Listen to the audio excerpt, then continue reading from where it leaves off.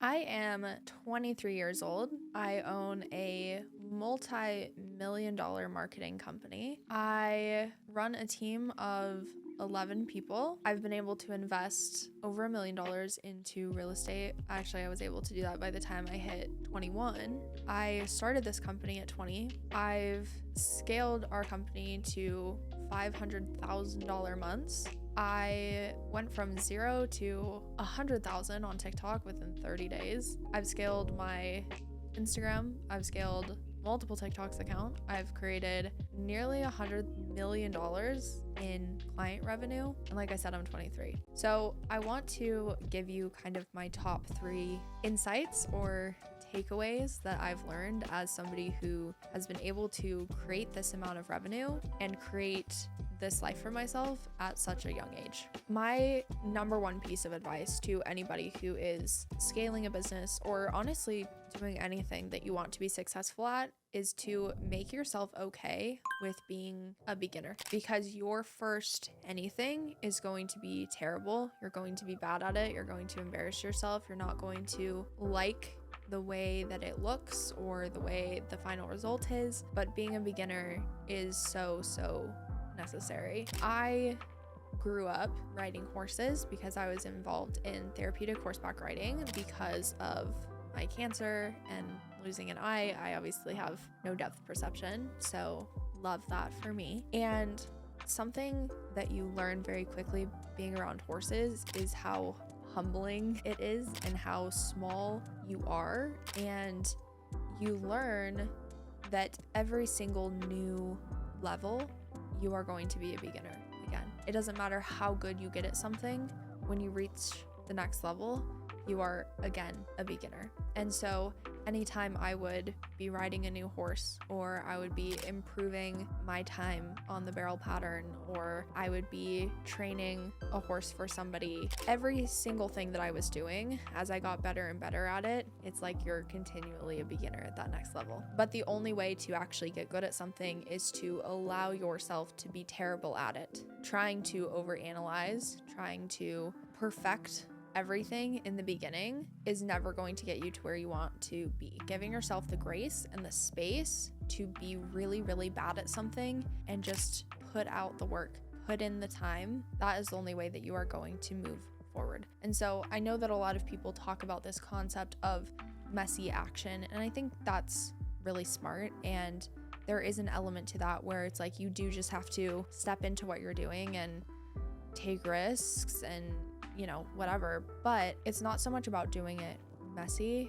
It's about doing it at the level that you are at. So if you're somebody who's just starting out on social media and you're wanting to grow, you don't have to make a terrible, messy TikTok video. Just make a video that is at the level that you are at. And what that might look like is just sitting down, hitting record, not editing at all, and just hitting post on it. And then the next time you do it, you'll be able to do it that much better. You'll be able to learn how to crop those spaces out of your video. You'll learn to use hashtags and keywords and make your video more engaging. You'll learn to put text on the screen. You'll learn to stylize your editing a little bit. You'll learn how to get that user behavior to interact with your video so that the algorithm pushes it out. You'll learn those things, but you're not going to learn those things by trying to put out a video that is so far above your skill level that you never ever press record. So if you're trying to create a video and replicate what other people are doing that are very experienced, it's not only going to be messy, it's just not going to happen. And so be willing to do things at your beginner level and progress through the process accordingly. My second piece of advice would be to not consider your age in any of your decisions that you make. Whether you think that you're too young to do something or you're too old to do something, your age is entirely irrelevant. My husband and I met when I was 18. We got married 3 months later. I happened to turn 19 during those months, and we've now built a multi-million-dollar company together. I was able to buy my first rental property when I was 21, been able to invest hundreds of thousands of dollars into stocks and into my education, and we're investing more into real estate. And none of that would have happened if I listened to the dissenting voices of people telling me that I was too young to get married, that I was too young to know what I wanted to do with my life, too young to start a business that I wouldn't be taken seriously, too young to know what I wanted, too young to be worrying about investing and retiring and setting myself up financially. If I had listened to those things, I wouldn't be where I am now. And the people that were giving that advice, usually it's either they're scared because they weren't brave enough to do it for themselves, or simply they don't understand because they've never done it. And on the other end of the spectrum, we've had many clients come to us that are in their 60s and 70s that are starting an online business that are very successful, and it doesn't take them very long. It's a learning curve because they don't necessarily understand technology and social media the way that younger people do, but they're very capable. You're very capable at any age to make a change, decide to do something. Being too young or too old should not factor into your decision making when you want to make a change or you want to build something for yourself. Which leads me into point number 3, which is do not take advice from people who haven't done what you want to do. I've made this mistake in a lot of different ways by listening to friends and family members, and most, I'd say, impactfully was hiring business coaches or different service providers that had not done what I wanted to do. And so I've talked about this before, but I spent nearly $20,000 on a business coach who had a much smaller business than me. And I was really pulled in by the aesthetics of marketing and the vision that she was kind of promising. But when I got onto the inside, I realized that 1, this was not the direction I wanted to go. 2, a lot of her practices were very unethical and unsustainable. And I realized that I could not take advice from this person because she was not at the level that I was at and didn't have the understanding of the problems that I was having. And so when she thought that she could solve certain things for me or told me that she could in the sales process, it became abundantly clear that as she hadn't reached the same level of business that I was at, she wasn't able to give advice and she wasn't able to steer me in the correct direction. And so what ended up happening was we went from getting like 20 applications in a day.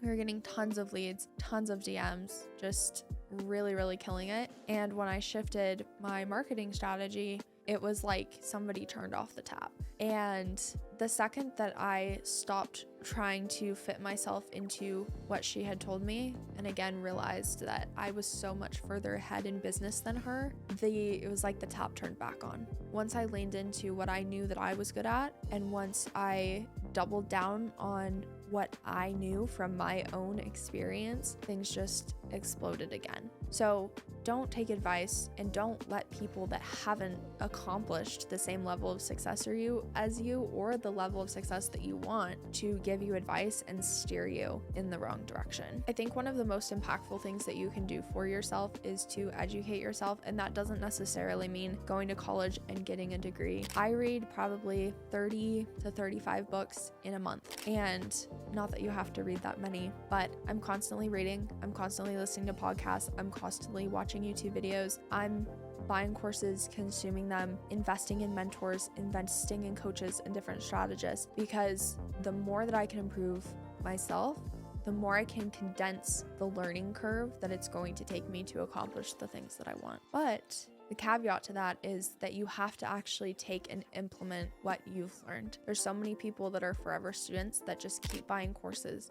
They keep reading books, they keep listening to podcasts, but then they never take action. So for every book that you read, you need to at least implement one thing. 1-to-1 ratio of learning to implementation. Because if you don't do that, you are never going to get anywhere. Hopefully this video provided a little bit of insight for you. And if you want to chat through anything or, I love to give advice where I can. Be sure to hop into my DMs on Instagram. I absolutely love chatting with you guys there, and my DMs are always wide open. I love a good little voice note conversation, so be sure to drop in there if you want to chat through anything. Otherwise, subscribe to the channel, leave any questions that you might have down below, and I'll see you in the next video. If you'd like to learn more about our advisory offers and how we help people just like yourself scale with organic social media that's backed by sales psychology so you don't have to run any ads, be sure to check out our links in the description below so you can binge, get inside our world, and get connected with us.